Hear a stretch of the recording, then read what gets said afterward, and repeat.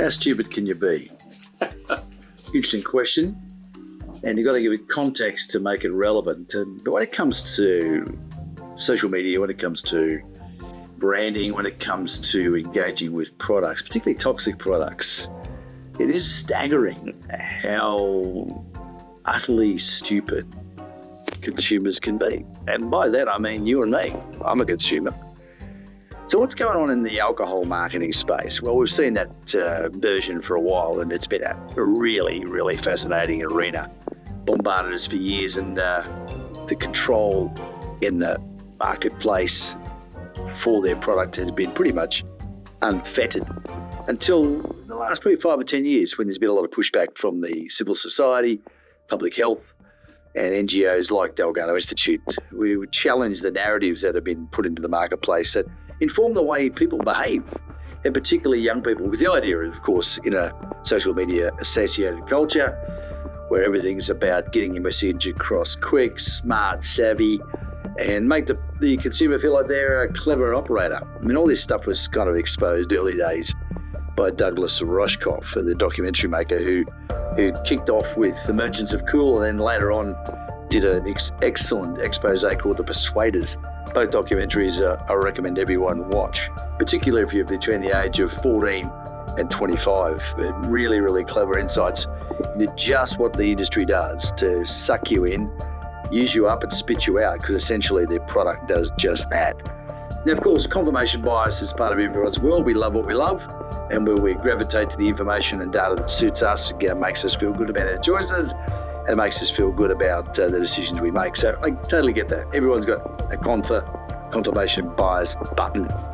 But what does it mean in this particular arena, particularly for the developing brain? And one of the things about young people that young people don't really get a lot is the fact that the second most important phase of the brain development happens from the age of sort of puberty, onset of puberty, anywhere between 10 and 14 up until now arguably 32, but the standard age is 28.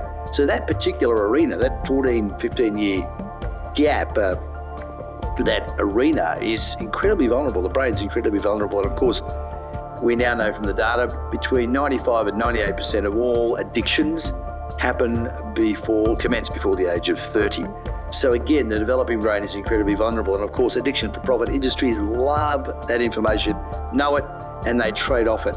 Now, what's interesting in the online digital marketing with alcohol has been this switch to try, because the pushback from public health and health-based charities like the Dalgarno Institute has challenged those narratives that this is an unhealthy product, it's a dangerous product, be careful what you use. So what does the industry do? They come up with spin. Of course, they start spinning health virtues of certain alcohols, throwing in the word cider, throwing in the word low carb, throwing in the terms natural and preservative free. All this kind of verbiage is aimed at convincing you, or trying to convince you, that the product that you are consuming, the toxin you are consuming, is actually okay for you. And not just okay, it could actually be beneficial. And of course, one of the things that our sector calls that is haloing.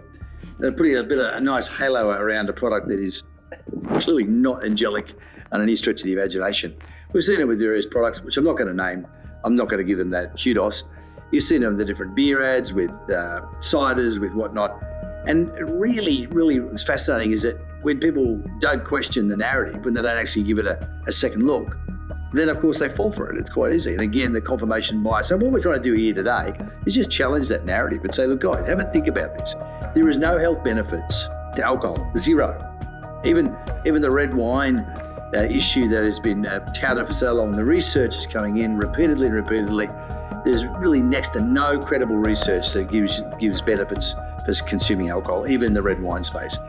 And that data is available on our websites, of course, but this is something you have to look at. Of course, if you don't want to look at it, stick your finger in your ears and go blah, blah, blah, don't want to know. Happy with my choices, I'll worry about health issues later on. Of course, now we know alcohol is a contributor to at very least, causal of at very least 7 cancers. And part of the Be Loud for Change campaign that we're a part of is also our website, www.greaterrisk.com. And it looks at all these dynamics. And one of the things that we're concerned about, of course, for young punters is that, they are being fed a line. And of course, in an era where is supposed to be sophisticated and switched on and across it, and I'm above the con. I know what I'm doing. I'm an informed individual. Those kind of realities just aren't emerging in this space. So again, willful ignorance is one thing. You can't really do much with that. I mean, people willfully ignorant. I don't want to know, don't care, fingers in the air. I'm going to do what I'm going to do. Fine. It's your call. Make a decision. Knock yourself and your health out in the process. But when it comes to being informed and actually making a wise choice about your health and your mental health and your well-being now and moving forward, then you really need to look at this.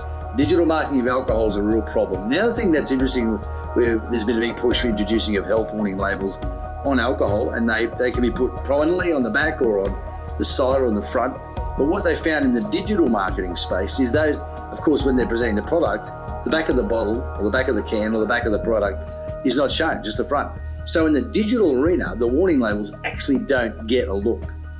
Now, these are the things you need to really consider when you're browsing online, being targeted by the alcohol industry with their algorithms, and they're going to go after you. So again, look at the data, check out www.greaterrisk.com, check out 21bethere.org.au, and make a more informed decision.